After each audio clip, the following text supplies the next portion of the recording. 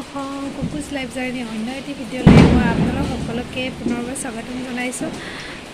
আশা কৰোঁ আপোনালোক সকলো ভালেই আছে। আজি পোহৰৰ উৎসৱ দীপাৱলী সকলোকে মই আন্তৰিক শুভকামনা জনাইছোঁ। আৰু কুকুৰ এইবাৰ আমাৰ ফাৰ্ষ্ট দিৱালী হয়, যেনেকৈ ভাবিছিলোঁ কৰিম বুলি, কিন্তু তেনেকৈ কৰিব নোৱাৰিলোঁ।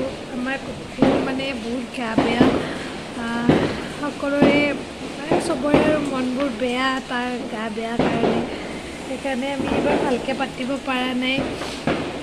ইফালে বৰষুণ বতৰ, ৰাস্তাত ওলাব পৰা নাই, এয়া দেখিছে। তাকে আৰু আমি ভিতৰতে কৰিম, যিখিনি কৰোঁ আপোনালোকক দেখাই যাম।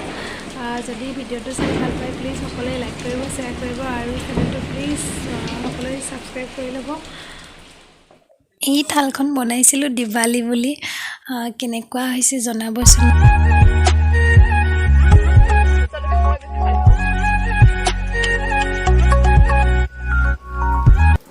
এই ৰংগলীটো জল্দি বনাব লগা হ'ল। কুকুৰ গা বেয়া হৈ থকাৰ বাবে তাৰ লগতে লাগি থাকিব লাগে, সেইকাৰণে এনেকৈ বনাই দিলোঁ। কেনেকুৱা হৈছে জনাব।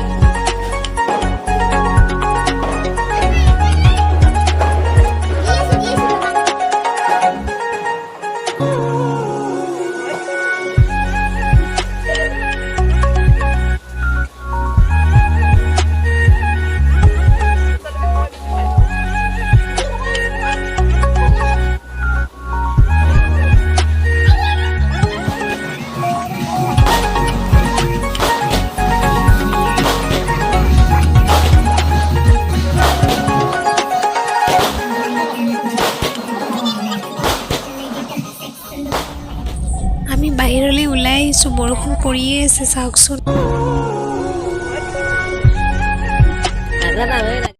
জিলাপি জিলাপি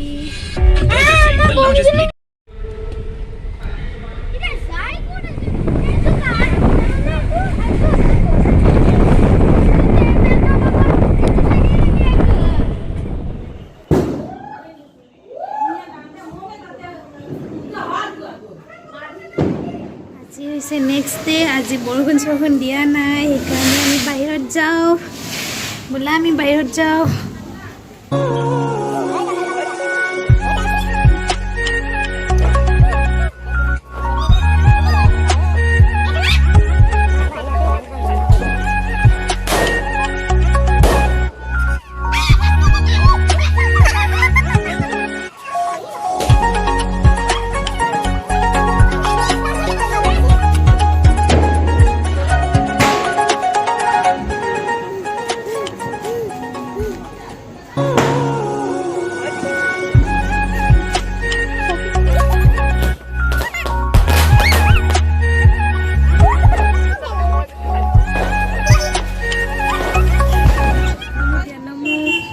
নমো দিয়া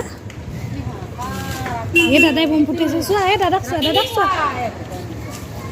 নকৰিবা